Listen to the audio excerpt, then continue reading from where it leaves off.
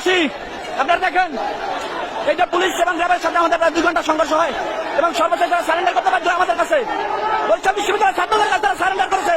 আপনারা দেখেন এখন চলে যাচ্ছে, আমাদের উপর টিয়ারশেল নিক্ষেপ করেছে, রাবার বুলেট নিক্ষেপ করেছে। আমরা আমাদের যথাযথ চেষ্টা করে তাদেরকে প্রতিহত করেছি। এখন দেখেন হিজড়ার মতো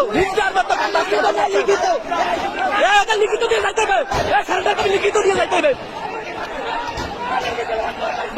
লিখিত দিতে হবে, লিখিত দিতে হবে।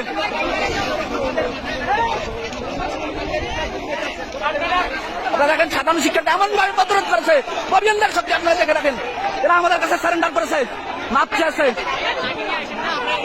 আপনাদের লিখিত তো দেবে, তো লিখিত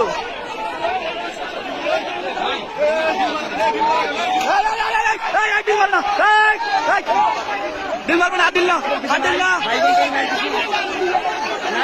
আপনাদের ফ্যামিলিতে কোটা নাই, অনেকের ফ্যামিলিতে কোটা নাই, অনেকের ফ্যামিলিতে কোটা নাই। হ্যাঁ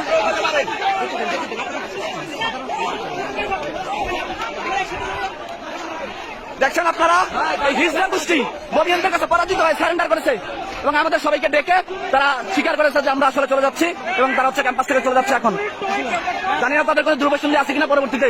আপনারা দেখেন এই যে সবাই এবং এলাকাবাসী, বিশেষ করে বরিশাল বিশ্ববিদ্যালয় অঞ্চলের যে এলাকাবাসী,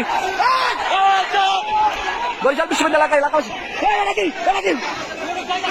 ডিল মারে কেন, আবার ডিল মারে কেন, আবার ডিল মারে কেন? এবার খেয়াল রাখেন বাইরে থেকে কেউ যেন ডিল মারতে পারে না। আপনারা দেখেন তারা চলে যাচ্ছে। এখন আমরাও মোটামুটি শান্ত। এখন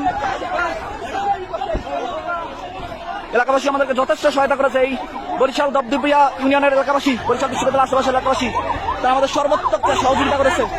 তাদের কাছে আমরা আসলেই কৃতজ্ঞ। এবং এই যে র্যাব, পুলিশ, তারা আমাদের কাছে সারেন্ডার করতে বাধ্য হয়েছে। আমরা কিন্তু তারা কিন্তু এখন ক্যাম্পাস থেকে চলে যাচ্ছে। তারা প্রায় দীর্ঘ 2 ঘন্টা টিয়ারশেল এবং রাবার বুলেট নিক্ষেপ করেছে।